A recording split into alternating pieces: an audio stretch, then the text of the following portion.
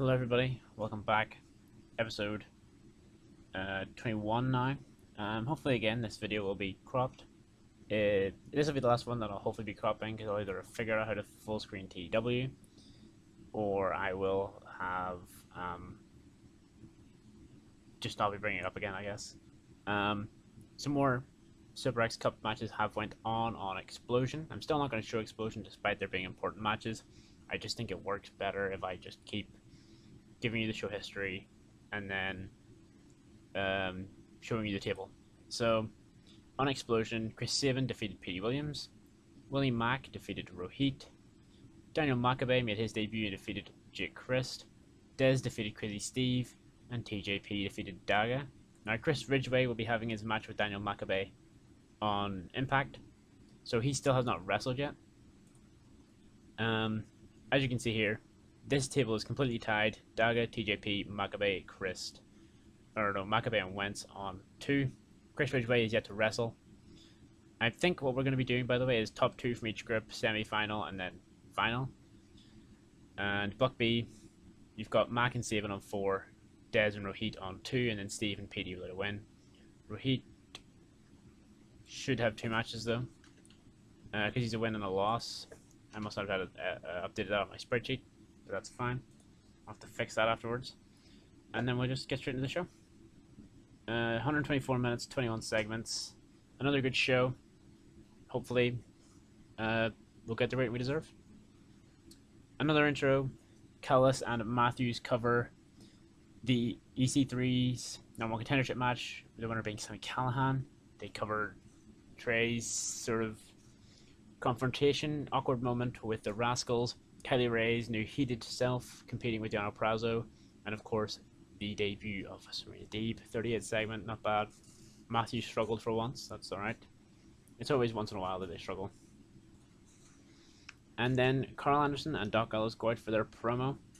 The Good Brother Challenge.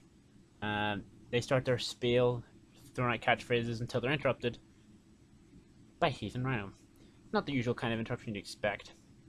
And they say, look, we're not trying to be rude, we don't mean any disrespect, but we're done waiting. Heath even says, he's waited this entire time since he got to the company. There was the whole fiasco with whether he was signed or not. He's done with it. He just wants him and Rhino to be tag team champions and for him and Rhino to be taken seriously. Carl and Doc say, look, they're good brothers, but so they'll accept their challenge even though they've interrupted them, and hopefully the match can give us something quality.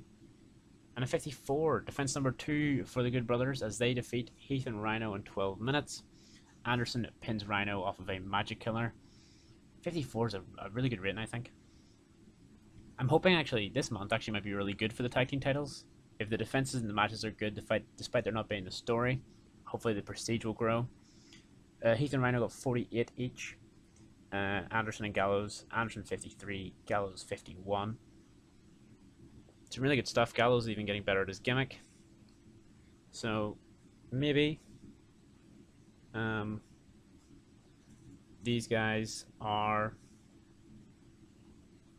in the right role as the face aces of the division.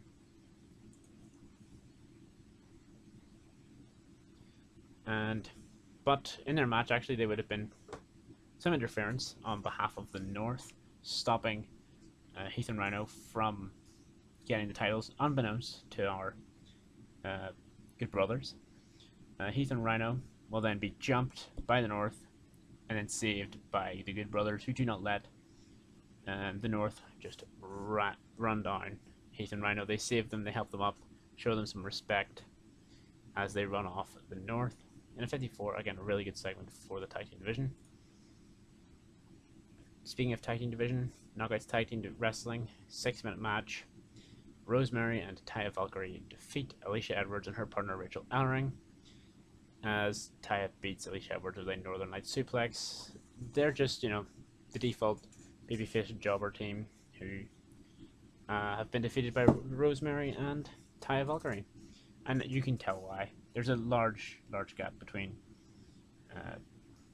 Taya and Rosemary, former Knockout champions, both of them, and Alicia Edwards and Rachel Ellering. But hopefully, they can grow into it. And 38 is not a bad rating for this or the belt at all. 42, as Rosemary and Taya Valkyrie call out the only other women so far in the triple threat, Jordan Grace and Serena Deeb. Next week it will be Havoc and Nevaeh versus Kiera Hogan and Tasha Steelz to solidify the final spot in the tournament. So that's something to look forward to next week. Brian Myers makes it on the TV 2 weeks in a row. His 43 performance, highlighted here in a 6-minute match, 5.5, as he beats Tommy Dreamer with the taste of pain in a 35 rated match. Not bad. And now Myers is officially 10-0, which he doesn't mention in his promo next. 43 rated promo, not bad. Myers talks about being 10-0 and still not getting respect from Impact. Still not getting respect from the Impact board either. And he's just tired of it.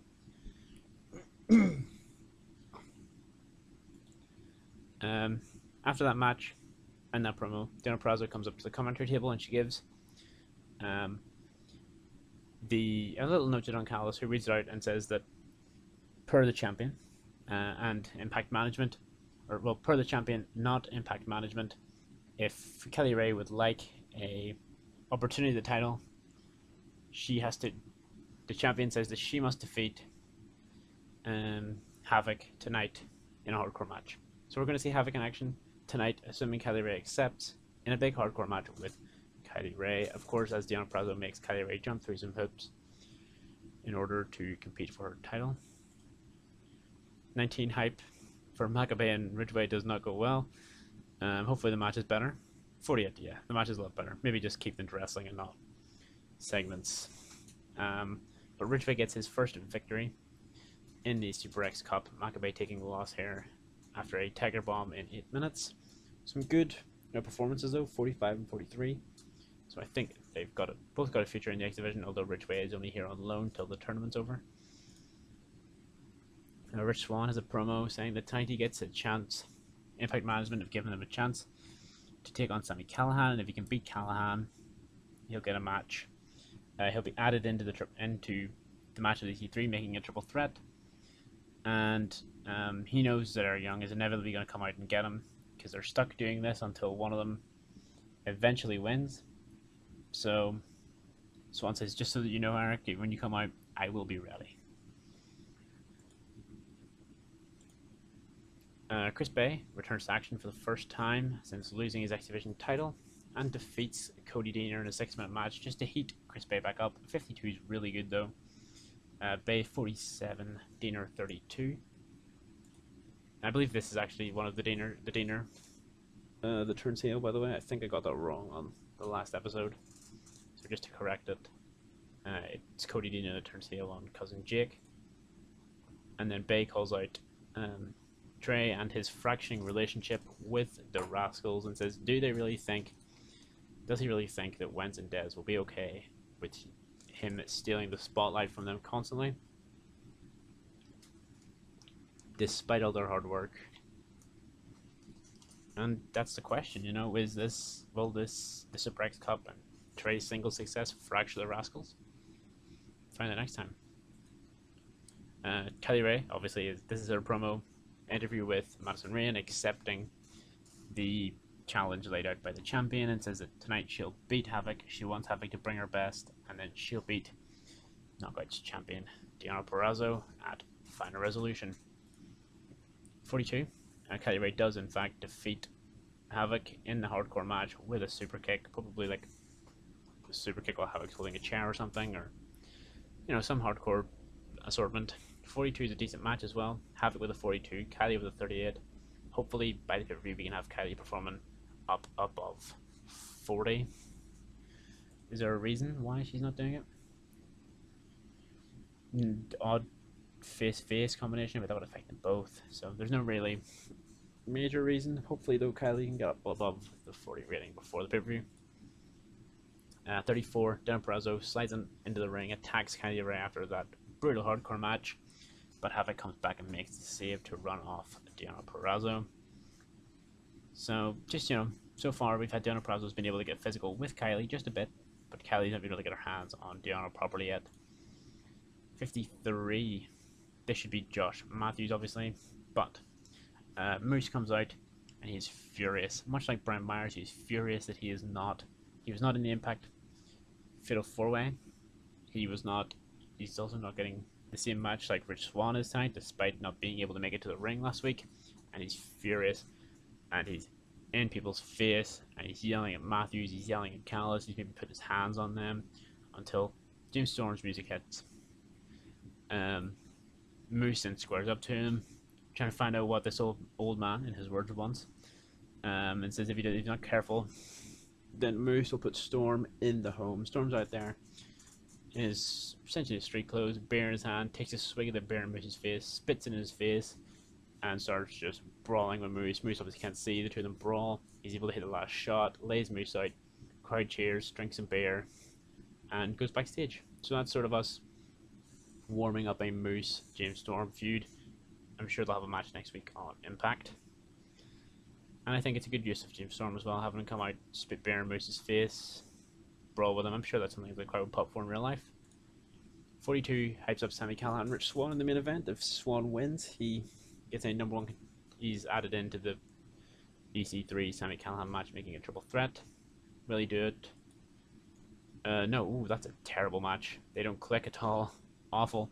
You would think, given their real life history, they'd actually have good chemistry, but unfortunately, our main event is going to bomb with their lack of chemistry, causing Rich Swann to get a 34 and Callihan a 45, as Sami Callihan defeats Rich Swann anyway, in 13:54 with a headlock driver.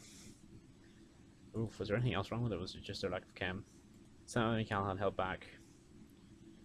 Oof, that's a really sucky way to end the show. And then after the show, during that, there would be little attempts at interference between Rich Swann and Eric Young, but Swann handles it quite well. Callihan even helps Swann get rid of Young at one point. But after the pinfall, of course, Young rolls in and starts laying into Swann. Sami Callihan pulls him off. He brawls with Young a bit. EC3 comes down the ramp. He starts brawling with Callihan and Swann. And it ends up with Callihan and Swann standing tall over the two heels. They're not on the same side. They've still got their sort of awkward history, whatever that was, that Impact covered a while back, but that is where the sort of battle lines have been drawn. And next week we may end up getting some kind of assortment of these guys in a match. I think that show might be bad though. Let's see, 43, lost pop 1 region. Oh, the main event just killed it. I think it's still a decent show up to here. The 19 kills it a bit as well, but I think the main event is where it really dies, unfortunately. But yeah, thank you guys for watching. Let us know. Let me know. There's someone else to let know. What do you guys think of Chris Ridgway's first X Division Super Cup match? What do you think of Kylie Rae having to jump through Deonna Purrazzo's hoops? The Moose feud with James Storm? And just anything else you've liked from the show. I'll see you in the next one. Cheers.